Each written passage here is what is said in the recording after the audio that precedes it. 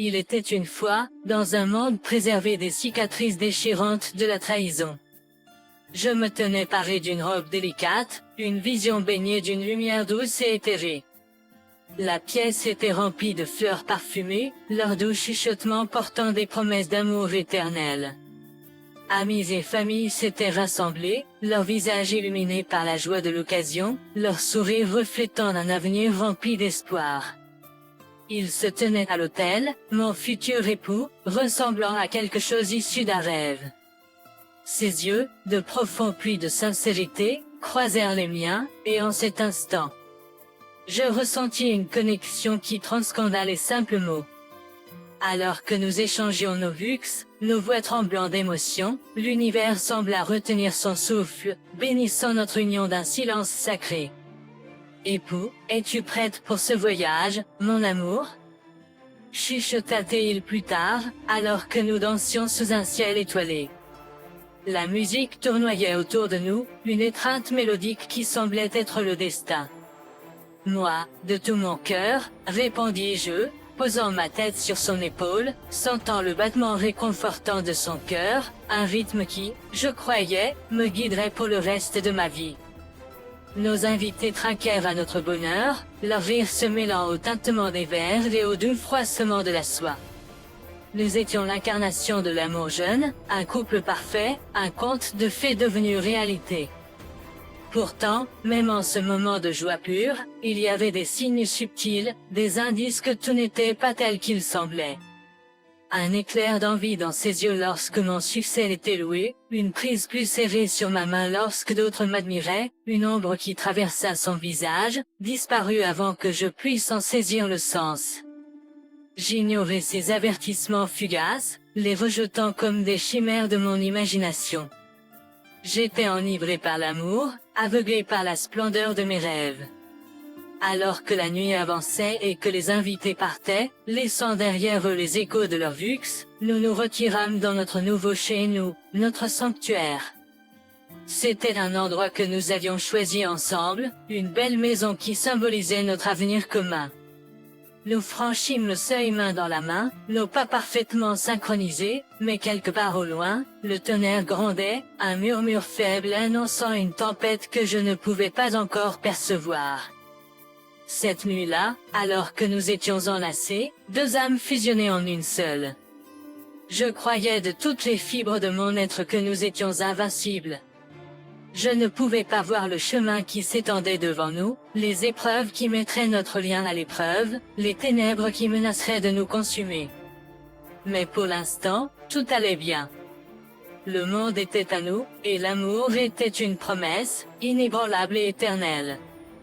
Alors que je sombrais dans le sommeil, son souffle chaud contre mon cou. J'étais comblée, inconsciente que le rêve allait bientôt se briser, laissant place à une réalité bien plus complexe et exigeante que je n'aurais jamais pu imaginer. Le mariage de rêve n'était qu'un rêve, et l'aube approchait, apportant avec elle la dure lumière de la nuit. Les jours suivant notre mariage étaient emplis d'une brume dorée.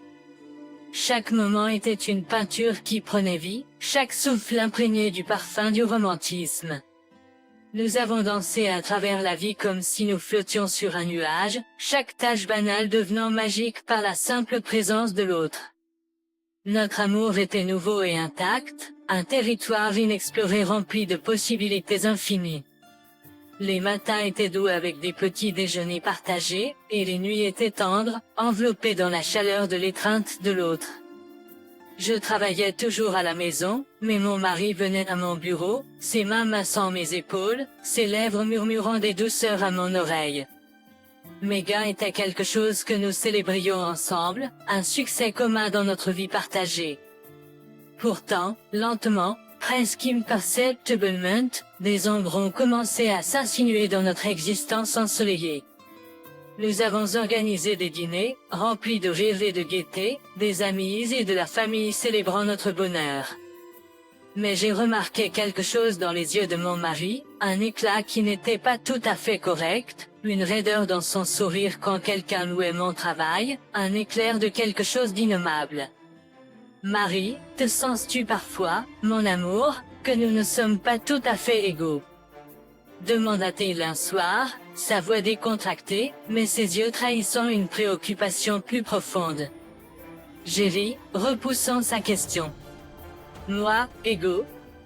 Nous sommes des partenaires, liés par l'amour et la confiance. Ce qui est à moi est à toi. Il hocha la tête, apparemment satisfait, mais la question persistait, résonnant dans l'immobilité de notre chambre, une mélodie obsédante qui refusait d'être réduite au silence. Nous sommes partis en vacances, explorant des contrées exotiques, main dans la main, notre amour comme une boussole nous guidant à travers des terrains inconnus. Mais là aussi, je l'ai vu, une tension dans sa mâchoire lorsque le personnel de l'hôtel m'a prise pour celle qui payait, une lueur de colère dans ses yeux lorsque des étrangers supposaient que c'était mon succès qui nous offrait ces luxes. Les fissures étaient petites, presque invisibles, cachées sous des couches d'affection et de rêves partagés. Mais elles étaient là, grandissant, se propageant, se nourrissant d'insécurité et de peurs non dites. Nos conversations ont changé, subtilement d'abord. La plaisanterie facile a cédé la place à des mots mesurés, le rire spontané remplacé par des sourires forcés. Moi, nous sommes dans le même bateau, je lui ai assuré, encore et encore, croyant que l'amour pouvait guérir toutes les blessures, que l'orage qui grondait au loin nous épargnerait. Mais au fond de moi, un doute lancinant a pris racine, une peur que quelque chose changeait, un équilibre basculait, un amour commençait à s'effilocher. La lune de miel disparaissait, laissant place à une réalité remplie de complexité, un terrain rempli de pièges cachés et de dangers invisibles. Et moi, naïvement heureuse, je continuais à danser, inconsciente que la musique changeait, le rythme devenant discordant, le rêve cédant la place à un nouveau chapitre, rempli de questions, d'incertitudes, et d'ombres qui refusaient d'être ignorées. Le conte de fées était terminé, et la réalité frappait à la porte, exigeant d'être reconnue, refusant d'être réduite au silence. Notre amour, autrefois pur et intact, entrait dans des eaux inexplorées, et j'étais à la dérive, prise dans les courants du changement, un navire sans boussole, naviguant à travers l'inconnu. La tempête approchait, et j'étais mal préparé, m'accrochant toujours au souvenir d'une époque où l'amour était simple, où la confiance était inébranlable, où nous étions invincibles. Mais ces jours étaient révolus, et un nouveau chapitre commençait, un chapitre qui allait nous mettre à l'épreuve, nous défier et révéler des vérités auxquelles je n'étais pas encore prête à faire face. Le temps, ce fleuve toujours en mouvement, nous emportait, une marée implacable refusant d'être apprivoisée. Les jours se transformaient en semaines, les semaines en mois, et la douce euphorie de notre lune de miel commençait à s'estomper, remplacée par la réalité crue de la vie quotidienne. La maison que nous avions choisie avec tant d'amour et de soin était devenue un champ de bataille, chaque pièce résonnant des mots non dits suspendus dans l'air comme un épais brouillard. Ses yeux, autrefois emplis de chaleur et d'adoration, portaient désormais un froid qui me glaçait l'échine. Marie, que fais-tu de tes journées? Il grondait, sa voix dégoulinant de mépris, me regardant travailler dur à mon travail à distance. Moi, je contribue autant que toi, je répondais, ma voix assurait bien que mon cœur battait la chamade, mêlant colère et douleur. Marie, oh, s'il te plaît, il raillait, jouer sur l'ordinateur toute la journée, ce n'est pas un vrai travail. Peut-être devrais-tu trouver un emploi convenable. Les mots piquaient, une gifle au visage, une trahison de l'amour et de la confiance que nous avions partagée autrefois. Nos disputes devenaient fréquentes, chacune une blessure refusant de cicatriser, une cicatrice sur notre relation autrefois parfaite. Les amis et la famille commencèrent à remarquer, leur sourire se transformant en froncement de sourcils inquiets, leur rire remplacé par des chuchotements préoccupés. Nous jouions la comédie, prétendant que tout allait bien, que notre amour était aussi fort que jamais, mais la façade s'effritait, les fissures se propageaient, atteignant le cœur même de notre mariage. Moi, es-tu heureux, mon amour? Je lui demandais, ma voix tremblante, mes yeux cherchant un aperçu de l'homme que j'avais épousé. Marie, ça va, marmonnait-il, sa voix dénuée d'émotion. Mais je savais qu'il n'allait pas bien, et moi non plus. Nous étions perdus, piégés dans un labyrinthe de malentendus et de douleurs, notre amour un souvenir lointain, notre lien effiloché et fragile. J'essayais de le rejoindre, de combler le fossé qui s'était creusé entre nous, mais il semblait être un étranger, un fantôme de l'homme dont j'étais tombée amoureuse. Je me plongeais dans mon travail, trouvant du réconfort dans mes réussites, prenant fierté dans mes accomplissements. Mais il semblait le ressentir comme une injustice, sa jalousie une sombre nuée planant au-dessus de notre foyer, projetant des ombres sur notre avenir autrefois radieux. Cependant, il semblait le ressentir comme une injustice, sa jalousie projetant une sombre nuée sur notre foyer et obscurcissant notre avenir autrefois radieux. L'amour qui avait autrefois été notre ancre était devenu notre prison, nous retenant captifs dans un cycle de colère et d'amertume. Nous étions des étrangers dans notre propre maison, chacun se repliant dans un monde de silence, incapables ou peu en pleurs à briser les murs qui s'étaient dressés entre nous. Je commençais à tout remettre en question, ma foi en notre amour ébranlé, et ma croyance en notre avenir brisé. L'homme que j'avais épousé semblait être un souvenir lointain, remplacé par un étranger me regardant avec des yeux froids et prononçant des paroles blessantes. Le conte de fées était terminé, et la réalité était une tempête cruelle et impitoyable menaçant de nous déchirer. Les fissures dans la façade grandissaient, atteignant les fondations même de notre mariage, et je savais qu'il fallait que quelque chose change, que quelque chose cède. Mais j'étais piégée, prise dans un réseau de peur et de doute, incapable de trouver une issue, incapable de voir un chemin à suivre. L'amour qui avait autrefois été ma lumière guide était désormais un labyrinthe tortueux, et j'étais perdu, errant dans l'obscurité, cherchant un chemin de retour vers la chaleur et la joie qui avaient été les nôtres. La tempête était là, et j'étais prise dans sa fureur, meurtrie, m'accrochant aux lambeaux d'un rêve qui me glissait entre les doigts. Je savais que je devais trouver un moyen de m'échapper, que je devais trouver la force de me libérer, mais j'étais paralysée, figée par la peur de ce qui m'attendait.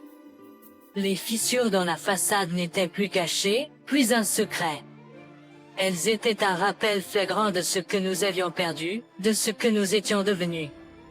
Et je savais que ce n'était qu'une question de temps avant que la façade ne s'effondre, nous laissant briser et éparpiller, notre amour un souvenir lointain, nos rêves réduits en ruines.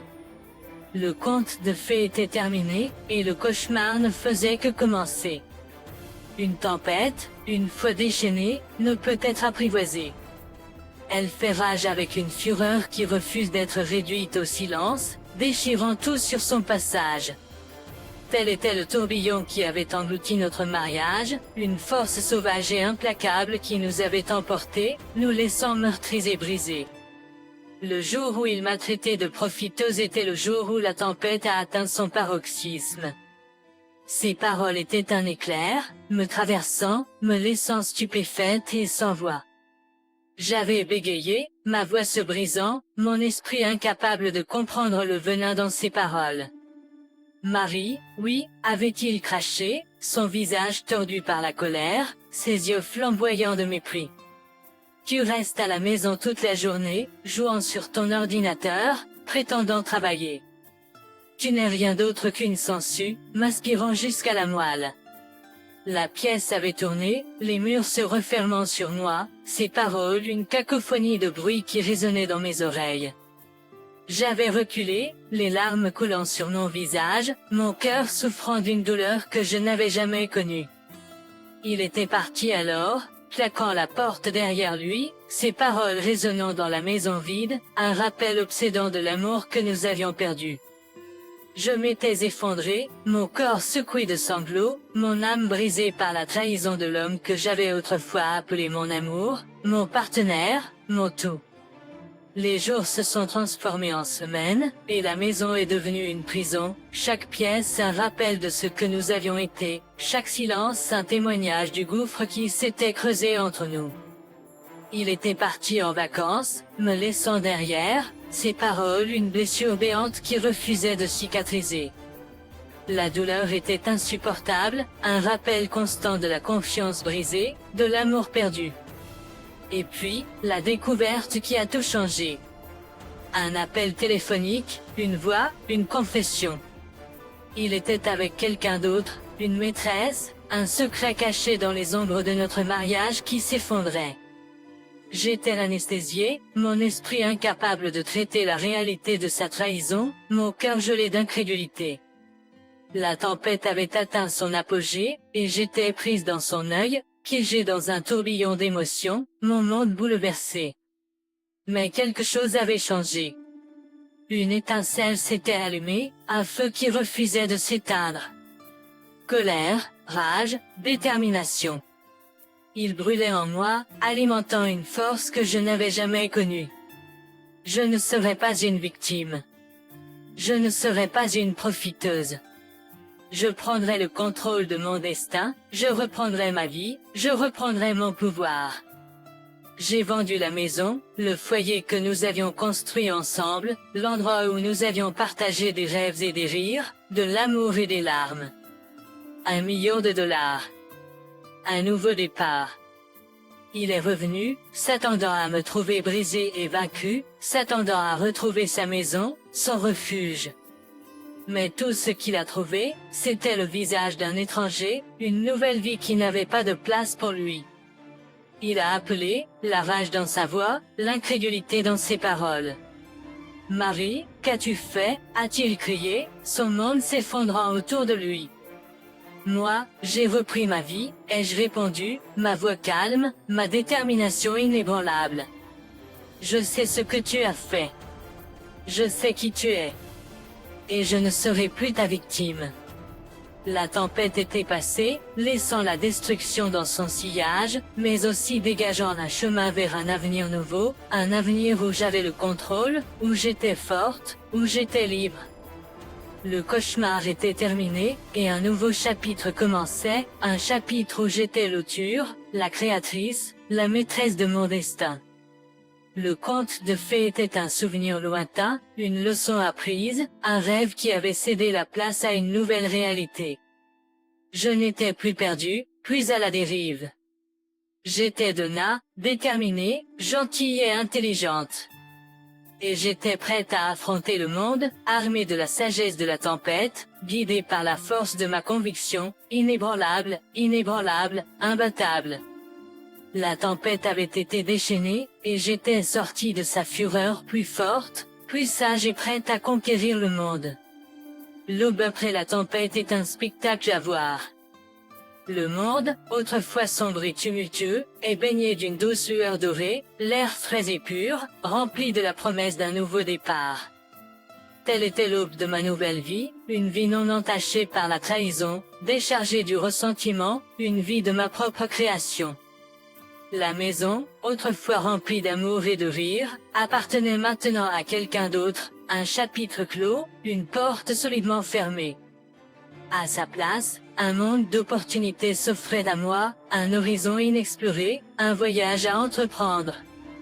Je me suis retrouvé à un carrefour, le chemin derrière moi jonché des débris d'un rêve brisé, le chemin devant menant à des destinations inconnues, des aventures inimaginables. J'étais Donna, mais j'étais aussi quelque chose de plus, quelque chose de transformé, quelque chose de renaissant. Les cendres de mon passé avaient laissé place à un phénix, une créature de force et de beauté, un symbole de résilience et de renouveau. J'ai embrassé ma nouvelle identité, me délectant de ma liberté retrouvée, enivré par le pouvoir de l'indépendance, de la découverte de soi, de l'amour de soi. Je me suis lancé dans mon travail, ma passion s'est enflammée, ma créativité débridée. Je n'étais plus prisonnière du jugement d'autrui, plus enchaînée par les attentes d'autrui. J'étais maître de mon destin, ma propre muse, mon propre héros. Le succès a suivi, témoignage de ma détermination, récompense de ma persévérance. Mon travail à distance a prospéré, mes gains ont explosé, ma réputation s'est solidifiée. Je n'étais pas une profiteuse. J'étais une force à laquelle il fallait se mesurer, une femme de substance, une femme de pouvoir. Mais avec le succès est venue la réflexion, un temps pour regarder en arrière, pour comprendre, pour guérir. Les blessures étaient toujours là, des cicatrices sur mon âme, des rappels de la douleur, de la trahison, de la perte. J'ai cherché une thérapie, un espace sûr pour démêler les fils de mon passé, pour donner un sens au chaos, pour trouver la paix dans la tourmente. J'ai pleuré. J'ai rugi. J'ai pleuré. J'ai affronté les démons qui m'avaient hanté, les ombres qui m'avaient tourmenté, les peurs qui m'avaient paralysé. Et au milieu des ténèbres, j'ai trouvé la lumière, une étincelle de compréhension, un éclat de pardon, un phare d'espoir. Je lui ai pardonné, non pour lui, mais pour moi. J'ai libéré la colère, l'amertume, le ressentiment, les laissant partir comme des feuilles emportées par le vent, emportées par les courants du temps, me laissant libérer, dégagé, libre. Je me suis aussi pardonné pour les erreurs, pour la cécité, pour la naïveté. J'ai embrassé mes imperfections, mes défauts, mon humanité. J'ai trouvé des amis, de vrais amis, des compagnons dans le voyage, des soutiens dans la lutte, des confidants dans la joie et la peine. J'ai trouvé l'amour, non pas l'amour romantique, mais l'amour de soi, l'amour de la vie, l'amour de l'aventure qui m'attendait. J'ai trouvé la paix, une tranquillité qui s'est installée sur moi comme une brise légère, un calme qui imprégnait mon être, une sérénité qui murmurait le contentement, l'accomplissement, la joie. Je me tenais à l'aube d'un nouveau jour, d'un nouveau chapitre, d'une nouvelle vie. La tempête était passée, le phénix s'était relevé, et j'étais prête à m'envoler, à explorer, à créer, à vivre. J'étais Donna, déterminée, gentille, intelligente, et j'étais prête à embrasser le monde, à m'embrasser moi-même, à embrasser les possibilités infinies qui m'attendaient. J'étais libre.